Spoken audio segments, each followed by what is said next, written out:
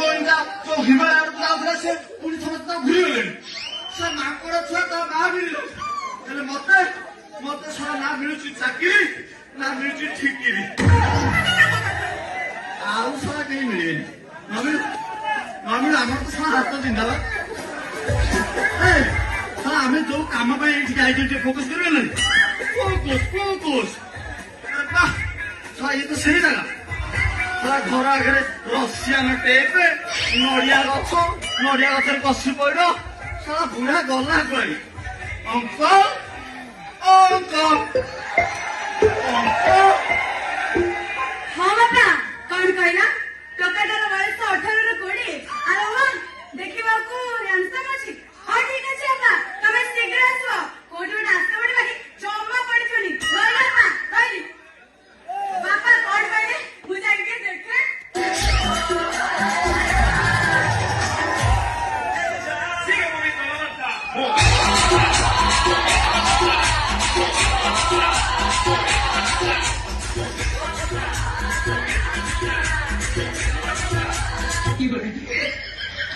ବାପା କଣ କହିଲେ?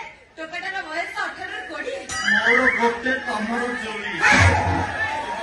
ଦେଖିବାକୁ ହ୍ୟାଣ୍ଡସମ୍ ଅଛି ହେଲେ ତା ଷ୍ଟାଇଲ କେମିତି ତା ସ୍ମାଇଲ କେମିତି? ତା ଷ୍ଟାଇଲ ଅନୁଭବ ମାନନ୍ତି ଆଉ ତା ସ୍ମାଇଲ ଆଉ ତା ଫାଇଟ